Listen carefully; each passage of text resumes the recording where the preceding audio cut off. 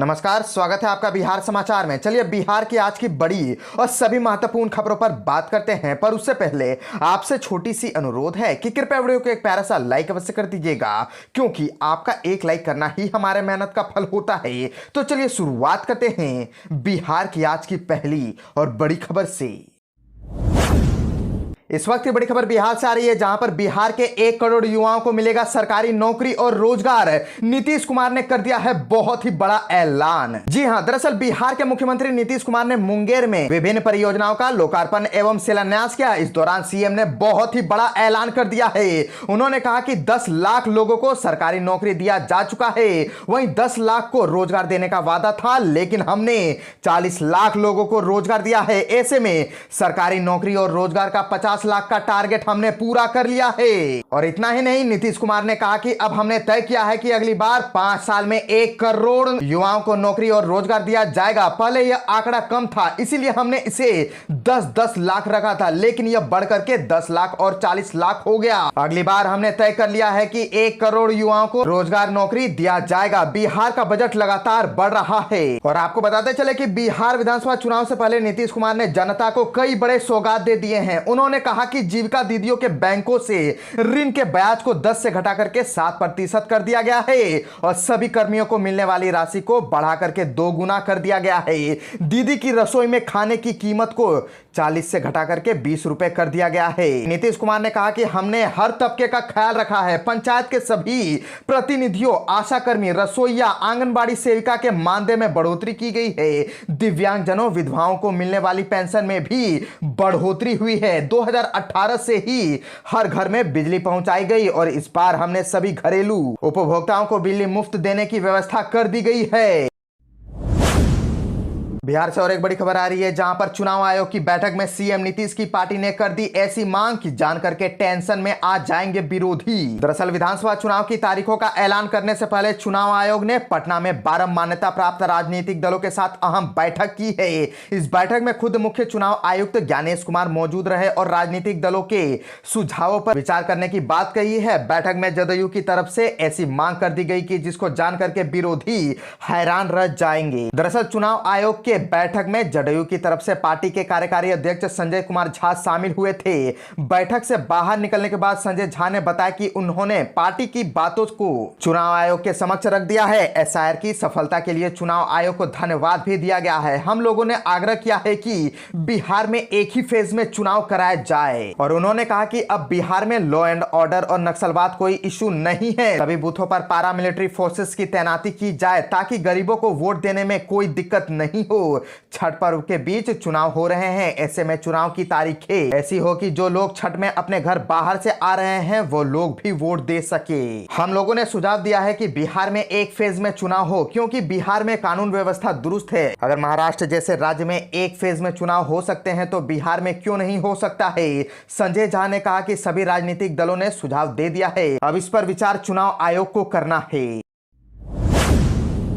बिहार में मौसम को लेकर के भी एक बड़ी अपडेट सामने आ रही है, जहां पर बिहार में 4 दिनों तक तबाही मचाएगी बारिश और कई जिलों के लिए तो रेड अलर्ट तक जारी कर दिया गया है। जी हां, दरअसल मौसम विभाग ने बिहार में 4 दिनों तक मूसलाधार भयंकर बारिश को लेकर के चेतावनी जारी की है। 2 जिलों में रेड अलर्ट के साथ जिलों में येलो अलर्ट जारी किया गया है। यह चेतावनी पटना मौसम विभाग की ओर से जारी किया गया है। और आपको बताते चले कि आपदा प्रबंधन की ओर से मिली जानकारी के अनुसार 7 अक्टूबर तक भयंकर बारिश, वज्रपात और 60 किलोमीटर प्रति घंटे की रफ्तार से आंधी तूफान की प्रबल संभावना है। मुजफ्फरपुर और पश्चिम चंपारण जिले में रेड अलर्ट जारी किया गया है और कल के लिए मधुबनी, सुपौल, अररिया में रेड अलर्ट जारी किया गया है। वहीं दूसरी ओर राज्य की राजधानी पटना के साथ साथ वैशाली, गया, पश्चिम चंपारण, गोपालगंज, औरंगाबाद, सीतामढ़ी, शिवहर, मुंगेर, भोजपुर, सिवान, सारण, अरवल, जहानाबाद, मधुबनी, खगड़िया और सहरसा में ऑरेंज अलर्ट जारी किया गया है। वहीं मौसम विभाग के अनुसार राज्य के उत्तरी और पूर्वी भाग में अति बारिश होगी। इसके साथ उत्तर बिहार के नदियों का जलग्रहण क्षेत्र में अत्यंत भारी बारिश होगी। वहीं जहानाबाद में बीते शाम वज्रपात की घटना में 3 लोगों की मौत हो गई, जबकि 1 दर्जन से अधिक लोग बुरी तरह से झुलस करके घायल हो गए और घायलों में आधा दर्जन से अधिक लोगों का इलाज सुगराबाद सामुदायिक स्वास्थ्य केंद्र में किया जा रहा है। गंभीर रूप से घायल लोगों को बेहतर उपचार के लिए जहानाबाद सदर अस्पताल रेफर किया गया है।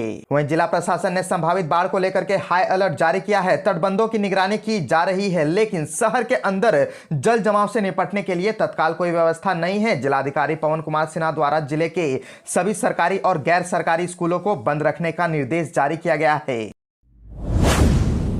बिहार से और एक बड़ी खबर आ रही है, जहां पर करोड़ों की शराब जब्त। पंजाब से मुजफ्फरपुर कैसे पहुंची इतनी बड़ी खेप। दरअसल बिहार में विधानसभा चुनाव की उल्टी गिनती शुरू हो गई है। चुनाव से शराब का रिश्ता पुराना है। प्रशासनिक अमला निष्पक्ष चुनाव कराने की हर तैयारी कर रहा है। राज्य में सीएम नीतीश कुमार के आदेश पर 2016 से ही पूर्णतः शराब बंद कानून लागू है। ऐसे में मुजफ्फरपुर में 1 करोड़ की शराब जब्त की गई है, जिसे एक गोदाम में रखा गया था। उत्पाद विभाग ने 5 कारोबारियों को भी गिरफ्तार किया है। उनके मोबाइल के जरिए माफिया तक पहुंचने की कवायद में विभाग जुट गया है। और आपको बताते चले कि उत्पाद विभाग की टीम ने तुर्की थाना क्षेत्र के कुम्हा गांव स्थित मुजफ्फरपुर हाजीपुर हाईवे से सटे एक गोदाम में 1 करोड़ की विदेशी शराब जब्त की है। छापेमारी में विभिन्न ब्रांड की 960 कार्टन विदेशी शराब बरामद हुई है। इस दौरान गोदाम से एक टाटा 407 वाहन शराब लोड एक पिकअप को भी जब्त किया गया है। उत्पाद टीम ने गोदाम के अंदर मौजूद 5 शराब सप्लायरों को गिरफ्तार किया है। इनमें पश्चिम चंपारण जिला के साठी थाना के सतवरिया निवासी मोतीलाल कुमार, बजरंगी कुमार, संतोष कुमार, राजेश कुमार और सूरज कुमार शामिल है। वहीं पूछताछ में पता चला कि यह शराब पंजाब से तस्करी कर लाई गई थी। गिरफ्तार तस्करों से पूछताछ में शराब तस्करी के बड़े रैकेट का खुलासा होने की संभावना है। विभाग ने गोदाम को सील करने की कार्यवाही शुरू कर दी है। बिहार में युवाओं को तोहफों की बरसात। पीएम ने की इन योजनाओं की शुरुआत। बिहट्टा एनआईटी का भी लोकार्पण। दरअसल नई दिल्ली स्थित विज्ञान भवन से प्रधानमंत्री नरेंद्र मोदी ने भारत रत्न जननायक कर्पूरी ठाकुर कौशल विश्वविद्यालय का उद्घाटन एवं एनआईटी बिहट्टा कैंपस का लोकार्पण किया। साथ ही पीएम उषा अभियान के तहत बिहार के 4 विश्वविद्यालय, पटना विश्वविद्यालय, भूपेंद्र नारायण मंडल विश्वविद्यालय, जयप्रकाश विश्वविद्यालय और नालंदा मुक्त विश्वविद्यालय पटना में नई शैक्षणिक एवं अनुसंधान सुविधाओं का शिलान्यास किया। और आपको बताते चले कि बेरोजगारों को हर महीने 1000 रुपए से लेकर के स्टूडेंट क्रेडिट कार्ड का नया रूप बिहार के नौजवानों को गिफ्ट के तौर पर मिलेगा।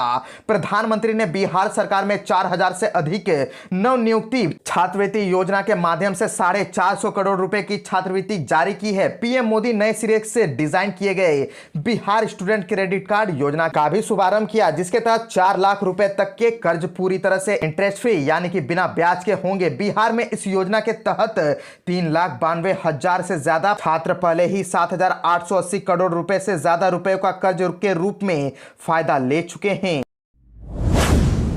पटना में बारिश के बीच टीआरई 4 अभ्यर्थियों का भयंकर आंदोलन। सीएम हाउस जाने से पुलिस ने रोका। दरअसल टीआरई 4 परीक्षा में फुल सीट पर बहाली निकालने की मांग को लेकर के शिक्षक अभ्यर्थी पटना कॉलेज के गेट पर एकजुट हुए। बीते दिन बारिश के बीच धरना प्रदर्शन भी किया गया। सरकार के खिलाफ नारेबाजी की गई और हाथों में बैनर पोस्टर लेकर के ये लोग मार्च करते हुए सीएम हाउस पर जाना चाहते थे, लेकिन आगे बढ़ने की अनुमति नहीं दी गई। पुलिस ने पटना कॉलेज के गेट पर ही रोक दिया। भारी संख्या में पुलिस बल यहां तैनात थे और आंदोलन कर रहे अभ्यर्थियों ने कहा कि नीतीश सरकार ठगने का काम की है। 1,20,000 पदों पर बहाली निकालने का वादा सरकार ने किया था, लेकिन सिर्फ 26,000 पदों पर ही बहाली होगी। यह वादा खिलाफी है। आज हम लोग मार्च करते हुए सीएम आवास पर जाना चाहते हैं, मुख्यमंत्री से मिलकर के अपनी बात रखना चाहते हैं, लेकिन हम लोगों की आवाज दबाने की कोशिश की जा रही है। और आपको बताते चले कि अभ्यर्थियों ने यह भी कह दिया 2-3 दिनों में चुनाव की तारीखों का ऐलान हो जाएगा। आचार संहिता लगने से पहले हम लोग चाहते हैं कि 1,20,000 पदों पर भर्ती निकाली जाए, नहीं तो बिहार विधानसभा चुनाव में नीतीश सरकार को सबक सिखा देंगे। वोट का बहिष्कार भी किया जाएगा। बहाली के नाम पर सरकार बेवकूफ बनाने का काम करती है। और बता दें कि सरकार ने घोषणा किया है कि 26,000 पदों पर बहाली होगी। जो वैकेंसी की घोषणा हुई है उसमें वृद्धि नहीं होगी। आगे फिर टीआरई 5 में और वैकेंसी निकाली जाएगी। दिसंबर में परीक्षा होगी, जनवरी में नतीजे आएंगे और 16 से 29 दिसंबर के बीच टीआरई 4 की परीक्षा होनी है। वहीं परिणाम 20 से 26 जनवरी 2026 तक जारी कर दिया जाएगा।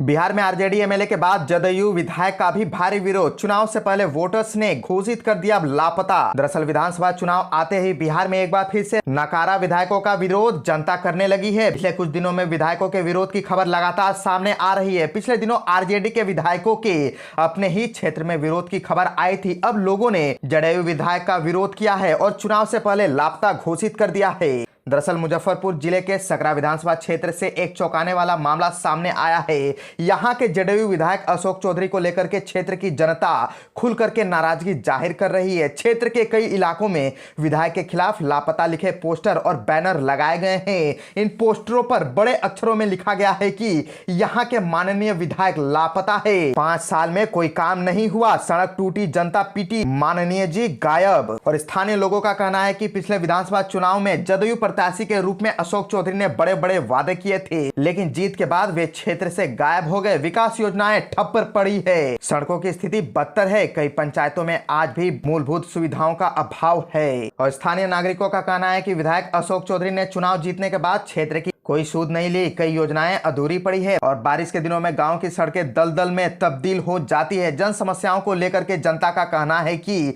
वे सिर्फ चुनाव के वक्त दिखाई देते हैं, बाकी समय लापता रहते हैं।